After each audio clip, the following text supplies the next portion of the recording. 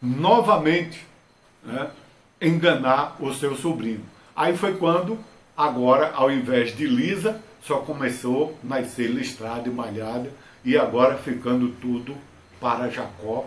Até que chegou o ponto que Jacó estava com um rebanho maior do que o seu sogro, e resultado, Labão era avarento, começou a haver as brigas, e que chegou o ponto que Jacó determinou ir embora. Então pegou as suas mulheres, né, Débora, Lia, as concubinas delas, que foram dadas também como esposa para eles, né, as escravas que foi dada, as escravas de Leia e de Raquel, que foi dada como concubina para Jacó. Então, saindo novamente, Deus aparece em sonho, agora não mais para Jacó, mas para Labão, que foi o que eu li primeiro.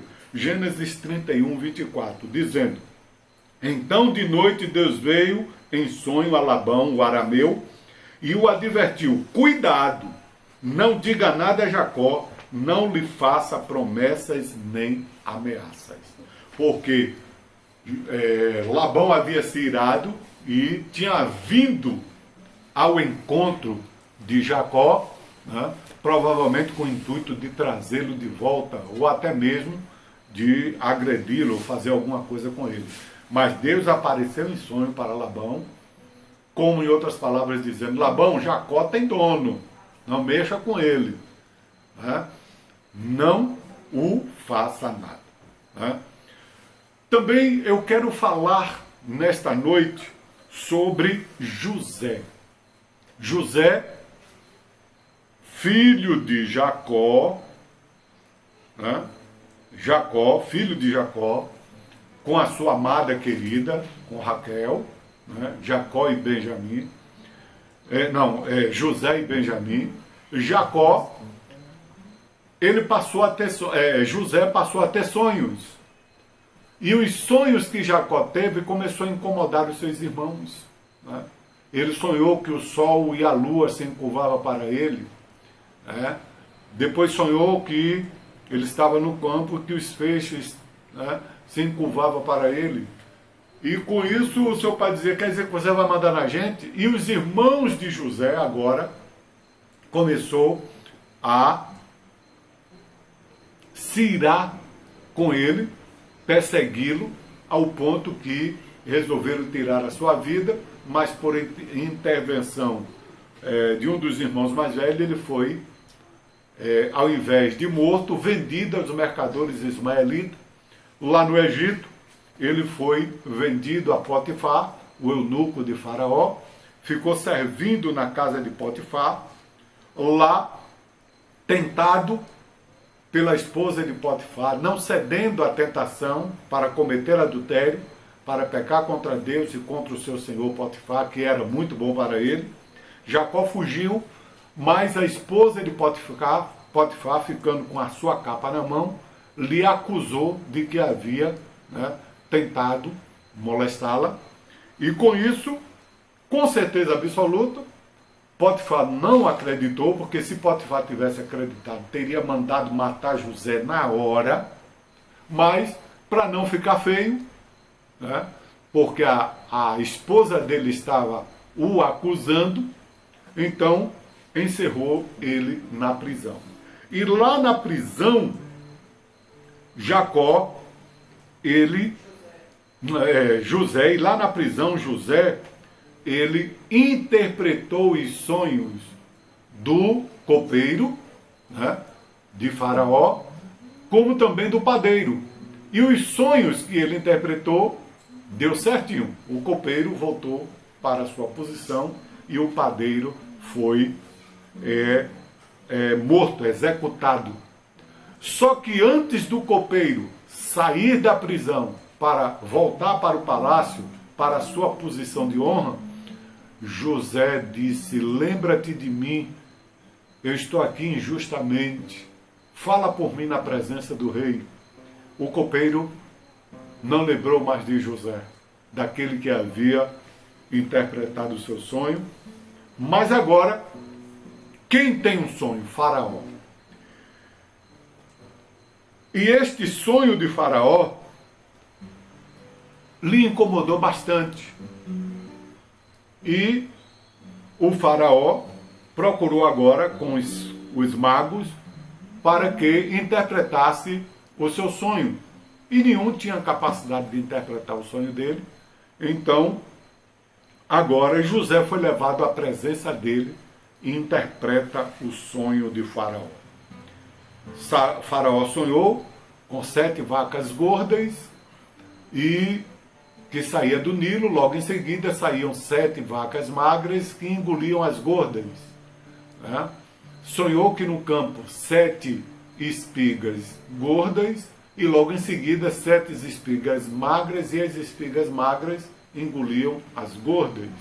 E quando o copeiro lembra de José, aí fala para o rei que lá na prisão tem um homem que interpreta sonho. E falou que ele teve um sonho e que interpretou e que ele foi restabelecido e que estava ali agora na presença do rei novamente. E que o padeiro teve um sonho e, pela interpretação de José, o padeiro foi executado. O faraó manda chamar José. José interpreta o sonho do faraó e agora é levado a governador-geral do Egito. E o faraó disse: somente no trono eu serei maior do que você. Né? E com isto, por intermédio deste sonho, foi a provisão divina para que José fosse o libertador, para que José salvasse o mundo, né, da fome, né? Não somente o Egito, mas o mundo. Mas também não poderíamos deixar de falar sobre o sonho dos soldados. Juízes capítulo 7, versículo 13 a 15. Foi quando Gideão foi até ao arraial dos midianitas e, por intermédio do sonho de um soldado contando para o outro, Gideão entende que era Deus lhe revelando que havia entregado os midianitas nas suas mãos. Foi o seguinte, está escrito em Juízes capítulo 7, versículo 13 a 15. Gideão chegou bem no momento em que um homem estava contando o seu sonho a um amigo. Teve um sonho, dizia ele, um pão de cevada vinha rolando dentro do acampamento midianita e atingiu a tenda com tanta força que ela tombou e se desmontou. Seu amigo respondeu: não pode ser outra coisa senão a espada de Gideão, filho de Joás, o israelita. Deus entregou os medianitas e todo o acampamento nas mãos dele. Aí Gideão fala: quando Gideão ouviu o sonho e a sua interpretação, adorou a Deus, voltou para o acampamento de Israel, gritou: levantem-se, o Senhor entregou o acampamento midianita nas mãos de vocês. A história de Gideão nos mostra que o cavalo prepara-se para o dia da batalha, mas é do Senhor que vem a vitória.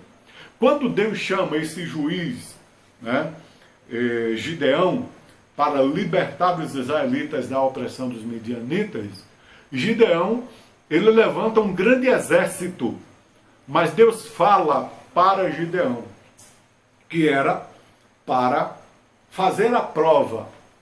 Primeiro, quem for covarde do caminho, volte e retorne. Gideão deixou bem claro: quem tiver com medo, pode voltar e coloque em teste.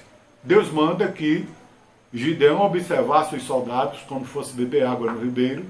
Aquele que baixasse a cabeça, né, mergulhasse a cabeça no rio, esse Gideão poderia mandar voltar. Mas aquele que lambesse a água como cão, ou seja, alerta, vigilante, esse poderia levar.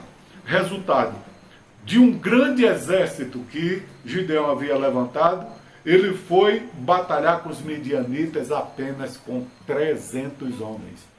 300 soldados. E com esses 300 soldados, Deus deu a vitória. Mas primeiro foi por intermédio do sonho que Deus usou os soldados para que Gideão tivesse convicção que Deus havia lhe entregado os midianitas na sua mão.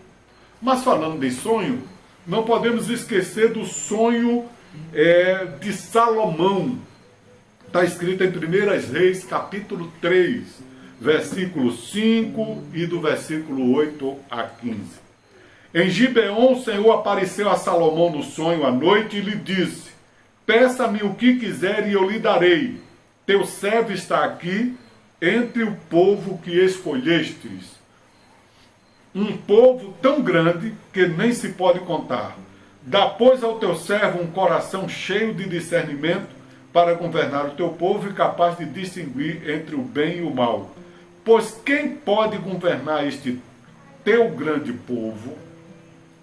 O pedido de Salomão agradou ao Senhor, por isso Deus lhe disse: já que você me pediu isso, não uma vida longa, nem riqueza, nem pediu a morte dos seus inimigos, mas discernimento para ministrar a justiça, farei o que você pediu, eu lhe darei um coração sábio e capaz de discernir de modo que nunca houve nem haverá ninguém como você. Também eu lhe darei o que você não pediu, riquezas e fama, de forma que não haverá rei igual a você durante toda a sua vida. Então, Salomão foi e continua sendo o rei mais rico que já existiu na face da terra. Por quê? Porque Deus revela-se para ele em sonho. Porque Deus apareceu. Porque Deus revelou-se a Salomão em sonho. Porque Deus havia revelado para Abraão. Deus havia revelado-se para Isaac. Deus havia revelado-se para Jacó. E tanto Davi como Salomão fazia parte do plano divino através dos séculos. E Deus aparece a Salomão e diz: eu sou o Deus de Davi teu pai. Agora pede-me o que quiseres. E como Deus mesmo revelara na resposta, Salomão teve a oportunidade para pedir a Deus riqueza, teve a oportunidade para pedir a Deus fama, mas o que Salomão poderia pedir a Deus a derrota, a morte dos seus inimigos, e que ele passasse a ser rei dos reis, tal como Nabucodonosor foi rei dos reis e senhor dos senhores. Mas ele não pediu nada disso. Ele pediu sabedoria para governar o povo dele, e Deus disse: por quanto me pediste sabedoria para governar o meu povo, eu vou te dar dinheiro, eu vou te dar fama, vou te dar sabedoria. A sabedoria que Deus deu a Salomão foi tão grande que quando a rainha de Sabá foi conferir isto, ela caiu estupefada no chão. Ela desmaiou e disse: não me contaram nem metade, tu sobrepujas em sabedoria e poder. Vamos orar a Deus. Senhor nosso Deus, somos gratos a Ti por esta grande oportunidade. Estamos entregando o trabalho nas Tuas mãos. Dai-nos, ó Senhor, uma noite tranquila. Abençoa cada um internauta que está a nos ouvir, a nos ver por intermédio desta mensagem. Que a graça do Senhor Jesus, que o amor de Deus e as divinas consolações do Espírito Santo estejam com todos, desde agora e para sempre. Amém. A paz do Senhor para todos, e a próxima live, terça-feira, a partir das 19h30, estaremos aqui de volta. A paz do Senhor para todos.